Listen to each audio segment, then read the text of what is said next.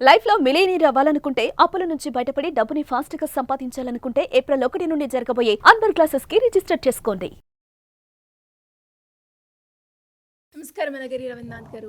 నమస్తే అండి శ్రీ గారు. పాస్టర్ ప్రవీణ్ మృతిపై అనేక రకాల ట్విస్టులు అయితే మనం చూస్తున్నాం ఈ ఇన్సిడెంట్ కి సంబంధించి. అండ్ అందులో భాగంగానే గత 2 రోజులుగా పాస్టర్ ప్రవీణ్ మద్యం కొనుగోలు చేస్తూ కనిపించిన వీడియో ఏదైతే ఉందో అది ఇప్పుడు సోషల్ మీడియా ప్లాట్ఫామ్లో వైరల్గా మారింది అని చెప్పొచ్చు. అండ్ ఆ వీడియో చూసిన వాళ్ళందరూ కూడా లిక్కర్ తాగి డ్రైవ్ చేయడం వల్లనే అతనికి ఇన్సిడెంట్ జరిగింది అని కొందరు అంటూ ఉంటే, లేదు ఇది మర్డర్ అని ఇంకొందరు అంటున్నారు. అండ్ దీనికి సంబంధించిన లేటెస్ట్ అప్డేట్స్ ఏంటి సార్? శ్రీ గారు, ముందుగా ఈ పాస్టర్ ప్రవీణ్ యొక్క సంఘటన అనుమానాస్పద మృతిగా ఏదైతే బిఎన్ఎస్ సెక్షన్ 194 క్రిత రాజనగరం పోలీస్ స్టేషన్లో నమోదైనటువంటి ఈ కేసుకు సంబంధించిన వివరాల్లోకి వెళ్ళగలిగితే రోజుకు ఒక రకమైన ట్విస్ట్, గంటకు ఒక ట్విస్ట్ రావడం జరుగుతుంది. అయితే ఈ సంఘటన అనుమానాస్పద మృతి కాదు, ఇది మర్డర్ అని క్రైస్తవ సంఘాలు గట్టిగా ఘోషిస్తున్నాయి. దానికి సంబంధించినటువంటి ఆ క్రైస్తవ సంఘాలకు సంబంధించిన కొంతమంది ఎవరైతే ఉన్నారో ఎవాంజలిస్టులు కావచ్చు, లేకపోతే పాస్టర్స్ కూడా కావచ్చు, మీడియా ముందుకు వచ్చి ఇది మర్డర్, ఇది మామూలుగా ఇది హత్య చేయించిందే తప్ప ఇది మామూలుగా జరిగిన యాక్సిడెంట్ కాదని చెప్పి గట్టిగా మాట్లాడడం జరుగుతుంది. అయితే నేనేమంటానంటే, మన వ్యవస్థల మీద నమ్మకం పెట్టుకోండి. మీరు ఏ మత సిద్ధాంతం వారైనా సరే, క్రైస్తవుల ఇతరత్ర ఎవరైనా సరే, ముందుగా మన ప్రజాస్వామ్యం మీద, మన దర్యాప్తు సంస్థల మీద, మన వ్యవస్థల మీద నమ్మకం పెట్టుకోండి. మత సిద్ధాంతాలు వేరు, ప్రజాస్వామ్య సిద్ధాంతం వేరు. మీ మత సిద్ధాంతాన్ని మీరు ఆచరించుకోవడం వల్ల ఎటువంటి తప్పు లేదు. ఎవరు దాన్ని కూడా ఎవరు కూడా రాంగ్ అని చెప్పరు. అది మీ యొక్క విశ్వాసం, మీ యొక్క మార్గం, మీ యొక్క మత సిద్ధాంతం. నాట్ ఓన్లీ క్రిస్టియన్స్ ఒకటే నేను కాదు, ఎవరినైనా ప్రతి ఒక్కరికి నేను సంబంధించి చెప్పేది ఒకటే. కానీ ప్రజాస్వామ్య దేశంలో ప్రతి పౌరుడికి కూడా కొన్ని హక్కులు ఉంటాయి.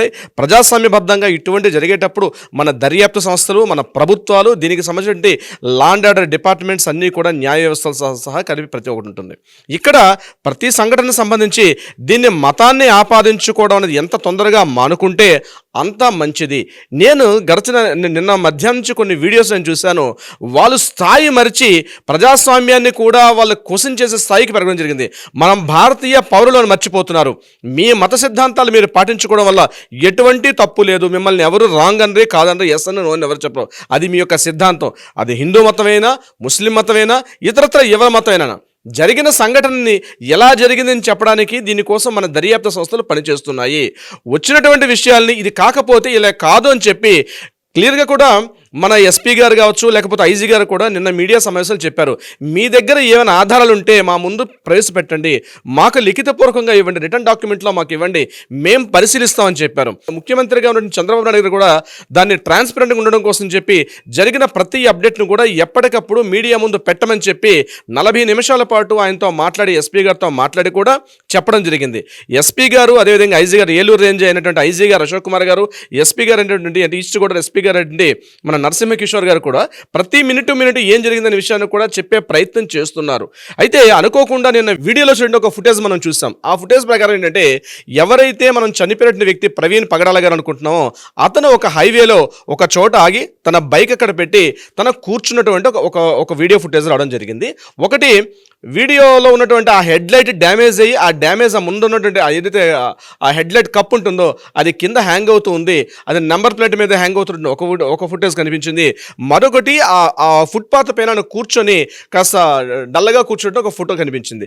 ఇది కాకుండా మరి కాస్త ఇప్పుడు మనం మాట్లాడుకున్నట్టుగా ఆయన ఒక లిక్కర్ షాపులో లిక్కర్ని పర్చేజ్ చేస్తూ, ఒక లిక్కర్ బాటిల్ని పర్చేజ్ చేస్తూ క్లియర్గా ఉన్నటువంటి, అంటే షాపులో ఉన్నటువంటి సీసీ కెమెరా నుంచి ఆయన పర్చేజ్ చేస్తున్నటువంటి వీడియో ఒకటి కనిపించడం కూడా జరిగింది. అందులో ఆయన మాస్క్ పెట్టుకొని, అంటే ఏదైతే మనం చనిపోయినప్పుడు ఏదైతే టీషర్ట్ ఉందో అదే టీషర్ట్తో ఆయన అక్కడ ఆ హెల్మెట్తో కలిసి ఒక లిక్కర్ షాపులో లిక్కర్ బాటిల్ని పర్చేజ్ చేస్తూ ఉన్నటువంటి వీడియో ఫుటేజ్ కనిపించింది.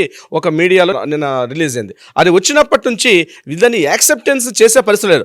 అవునా కాదని చెప్పడానికి డెఫినెట్గా దర్యాప్తు సంస్థలు దాని మీద ఖచ్చితంగా ప్రశ్నిస్తాయి. కానీ మేము దీన్ని మర్డర్ అని చెప్పాం కాబట్టి ఇది మర్డర్ అనే దర్యాప్తు సంస్థలు కూడా ప్రూవ్ చేయాలి, లేకపోతే మేము ఒప్పుకోం, మేము మా విచారణ సాగిస్తాం. ఈ పదం తప్పు. ఈ పదం చాలా తప్పు. మీరు భారతదేశంలో ఉండేటప్పుడు, ఒక ఇండియన్ సిటిజన్ అయ్యేటప్పుడు భారతదేశం నుండి రాజ్యాంగ వ్యవస్థలకి వ్యతిరేకంగా మాట్లాడేది లేదు. రాజ్యాంగాన్ని గౌరవించాలి. మీకేదైనా అనుమానం ఉంటే ఇలాగ కాదు అలాగని చెప్పే హక్కు మీకు ఉంటుంది తప్పించి, మేము అనుకున్నట్టుగానే దర్యాప్తులు రావాలి, మేము అనుకున్నట్టుగానే విచారణ జరగాలి, మేము అనుకున్నట్టుగానే తీర్పులు రాకపోతే మా విచారణ చేస్తామని స్థాయిని మరిచి ప్రశ్నించే స్థాయి ఉంది కదా అనే హక్కు ఉందని ఒక స్థాయిని మర్చిపోయి ఎంతవరకు ప్రశ్నించాలని మర్చిపోయి మన వ్యవస్థల మీద, మన రాజ్యాంగం మీద, మన న్యాయ వ్యవస్థల మీద, దర్యాప్తు సంస్థలని, లాండ్ ఆర్డర్ మీద, ప్రభుత్వాల మీద వ్యతిరేకంగా మాట్లాడడం అనేది అభిలషణీయం కాదు. ఇది కరెక్ట్ సిద్ధాంతం ఎట్టి పరిస్థితుల్లో కాదు. శ్రీ గారు నిన్న మధ్యాహ్నం నుంచి ఇదే జరుగుతుంది. అది ఎస్ఆర్నో ఉంది, ఒక వీడియో ఫుటేజ్ రిలీజ్ చేశారు. మీ దగ్గర కూడా ఏమైనా సాక్ష్యాలు ఉంటే, ఇది కాదు ఇలా జరిగిందని మీ దగ్గర ఏమైనా ఆధారాలు ఉంటే ఆధారాలు బయట పెట్టండి. అంతేగాని మార్ఫింగ్ చేసి, నేను కొన్ని వీడియో ఫుటేజ్ చేశాను, ఎక్కడో మహారాష్ట్రలో జరిగినటువంటి ఒక సంఘటనని ఆ బ్రిడ్జి మీద రియాక్షన్ చేస్తే దాన్ని ఈ యొక్క ఇన్సిడెంట్ కి లింక్ అప్ చేస్తూ కొన్ని మార్ఫింగ్ చేసిన సోషల్ మీడియాలో కొన్ని ఫుటేజ్ కనిపిస్తున్నాయి. ఇగో ఇదే ప్రవీణ్ పగడలా గారిని మర్డర్ చేసినటువంటి విషయం అని చెప్తూ కూడా వాళ్ళు రిలీజ్ చేశారు. నేనేమంటానంటే ఇట్లాంటిది కాదు, మీ దగ్గర నిన్న మీడియా వాళ్ళు చేశారు, ఎగ్జాక్ట్లీ మీ దగ్గర కూడా ఉంటా, కౌంటర్ పాయింట్ పెట్టండి, కౌంటర్ వీడియో పెట్టండి మీ దగ్గర కూడా. అంతేగాని మీరు క్వశ్చన్ చేసి ప్రజాస్వామ్యానికి వ్యతిరేకంగా, రాజ్యాంగానికి వ్యతిరేకంగా, న్యాయ వ్యవస్థలకు వ్యతిరేకంగా, విచారణ సంఘాలకు, విచారణ సంస్థలకు వ్యతిరేకంగా మాట్లాడే హక్కు మీకు లేదు. గుర్తు పెట్టుకోండి. ఎస్ఆర్నో ఉంది, తెలియపరచడానికి అక్కడ రాజ్యాంగ వ్యవస్థ ఒకటి ఉంది, అక్కడ ప్రభుత్వాలు ఉన్నాయి, విషయాలు తెలుస్తాయి. వాళ్ళకి టైం ఇచ్చారు. మనం అక్కడ వాళ్ళు అడిగారు కూడా, ఎస్పీ గారు మాట్లాడుతూ 3 రోజులు టైం అడిగారు పోస్ట్ మార్టం రిపోర్ట్ రావడానికి, ఫోరెన్సిక్ ల్యాబ్ నుంచి కానీ, ఫింగర్ ప్రింట్స్ నుంచి కానీ, ఇతరత్ర మేము ఏదైతే చేస్తున్నాం వాటి నుంచి రావడానికి టైం పడుతుంది. వచ్చిన తర్వాత మరలా ప్రెస్ మీట్ పెడతాం. వచ్చేదాకా వెయిట్ చేయాల్సిన అవసరం ఉంది. ఏది వస్తే వాళ్ళు దర్యాప్తు సంస్థలు చెప్తారు. మనం దర్యాప్తు సంస్థలకు వ్యతిరేకంగా ఉంటే దానికి కూడా కౌంటర్ వేసే అధికారం మనకు ఉంది. రాజ్యాంగం మనకు కల్పిస్తున్న హక్కు ఉంది. ఒకవేళ మీకు ఆ దర్యాప్తు సంస్థలు చెప్పినటువంటి ఏదైతే చేస్తున్నటువంటి రిపోర్ట్ మీకు అనుకున్నట్టుగా రాకపోతే దాన్ని చట్ట ప్రకారంగా దాన్ని మీరు ఛాలెంజ్ చేసే అవకాశం ఉంటుంది. అంతేగాని మీడియా ముందుకు వచ్చి రకరకాలుగా ప్రజాస్వామ్యాన్ని, న్యాయ వ్యవస్థల్ని, దర్యాప్తు సంస్థల్ని మీరు కించపరుస్తూ మాట్లాడితే మాత్రం ఒప్పుకునే పరిస్థితి లేదు. దీని మీద ఉపేక్షించేది కూడా కరెక్ట్ కాదు. దీని మీద నిఘా వర్గాలు కూడా పనిచేస్తున్నాయి. ఒక కంప్లీట్ ఒక టీం పనిచేస్తుంది. ఆయన హైదరాబాద్లో ప్రయాణం స్టార్ట్ అయినప్పటి నుంచి ఎండింగ్ ప్లేస్ జరిగిన ఏదైతే సంఘటనా స్థలంలో సీన్ ఆఫ్ ఎవిడెన్స్ మనకి ఎక్కడ జరిగిందో అక్కడ వరకు ఉన్నటువంటి ప్రతి పించ్ టు పించ్, ప్రతి పాయింట్ కూడా పూర్తిగా దర్యాప్తు సంస్థలు దీని మీద పరిశోధన చేస్తున్నాయి. తొందరలోనే రిపోర్ట్ వచ్చే అవకాశం కూడా ఉంటుంది. కానీ స్థాయిని మరిచి హద్దులు దాటి మీడియా ముందుకు వచ్చి మాట్లాడడం కరెక్ట్ కాదు. అది అవునా కాదా అంది ఇప్పుడు నేను చెప్తున్నట్టుగా మీ దగ్గర వేరే ఆధారం ఉంటే మీడియా ముందు ప్రవేశపెట్టండి, మాట్లాడండి. అంతే తప్పించి వ్యతిరేకంగా మాట్లాడు. ఇది మర్డర్ అని మీరు 10 మంది ఒకేసారి గొంతెత్తి ఇది మర్డర్ అని చెప్తే కాదు, దానికి సంబంధించిన ఆధారం కావాలి, సాక్ష్యాలు కావాలి. దానికి కమిటీలు ఏవైతే ఉన్నాయో వాటి ముందు మీరు వెళ్ళి మీ దగ్గర ప్రవేశం ఉంటే ప్రవేశపెట్టి మాట్లాడాల్సిన అవసరం ఉంటుంది తప్పించి ఇట్లా వన్ సైడ్గా మాట్లాడడం తప్పు. ఇది ఇలా మాట్లాడే పద్ధతి కూడా కాదు.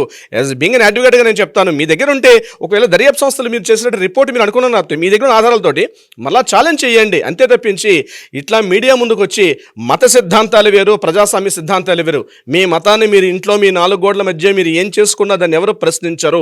కానీ ప్రజాస్వామ్యాన్ని ప్రశ్నించే స్థాయికి వచ్చినప్పుడు మాత్రం ఎవరు కూడా హర్షించరు. సిరిగారు thank you sir. Thank you so much. Thank you so much అండి. సుమన్ టీవీలో మీ పర్సనల్ అండ్ బిజినెస్ ప్రమోషన్స్ కోసం కింది నెంబర్కి కాంటాక్ట్ చేయండి.